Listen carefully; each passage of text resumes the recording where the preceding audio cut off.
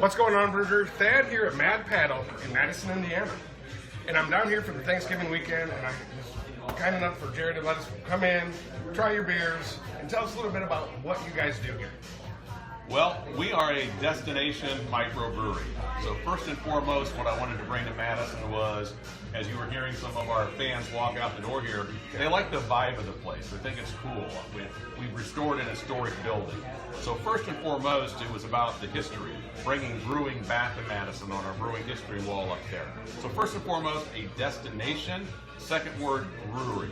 A lot of breweries are started by brewers. I'm not a brewer. I'm an entrepreneur that came to Madison as a Coors Light drinker. So I didn't have a large affinity for craft beer. Most craft breweries that I went to, I felt like there wasn't something for me because I would ask for something light. And I would order a flight like you guys have ordered today and typically leave most of the flight. So when we're a destination brewery, it's really important for us to have a wide variety on that menu. So for example, somebody's up at the bar right now drinking one of our guest ciders. Because when a lot of people walk in the door, one of the two people say, hey, I don't really like craft beer. What do you got for me? So we make sure we have craft beer from Mad Paddle, we have guest beers, and we have guest ciders, and we have guest meadies. So that's part of what makes us unique, is we're all about meeting that consumer need first and foremost. That said, we've got some really good beer too.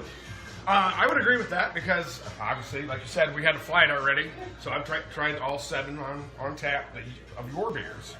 And you're right, even your beers are wide range from the number one, it looked like it was your flagship. That's right, Wicked Blonde. Yeah, it's nice and light, it's crisp.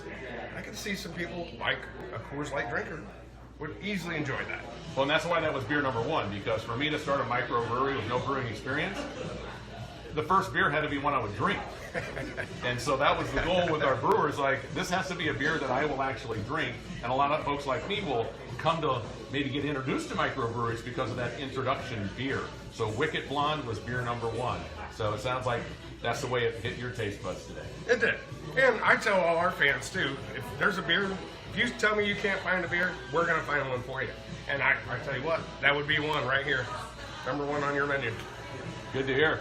So I'm actually drinking your Pete's English Ale, which comes in at 3.7 ABV, and I think it was like 13, 14 IBUs. It's great. It's smooth. It's malty. I mean, look at the color on that, guys. That is a good looking beer, and you can drink deceivingly more than one of those with that low ABV. Right, which I like.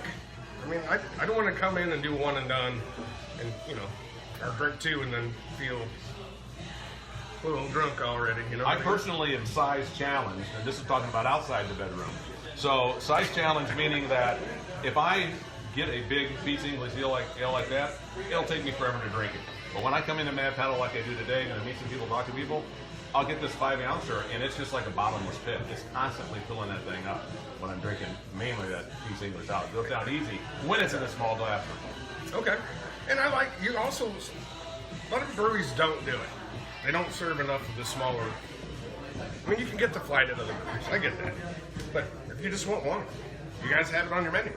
That's great. It's all about that consumer-centric approach that we have versus, oh my gosh, I had 2 sips of that and I'm kind of done and I feel bad. I don't really want to say anything because it's not really their fault. It's just I didn't like it. Right. So here, I can like enough of any beer to drink 5 ounces. Exactly. Well, this is our first video we're going to do here. We're going to do a quick walk through the building. Like you said, the history brewer Madison, we have it right up here that I'm going to show off on our video. And we're just kind of bop around the place for a minute here in a little bit. So I appreciate you coming on with us, and we'll see you in a few minutes. Sure. Cheers. Yeah. Cheers, guys.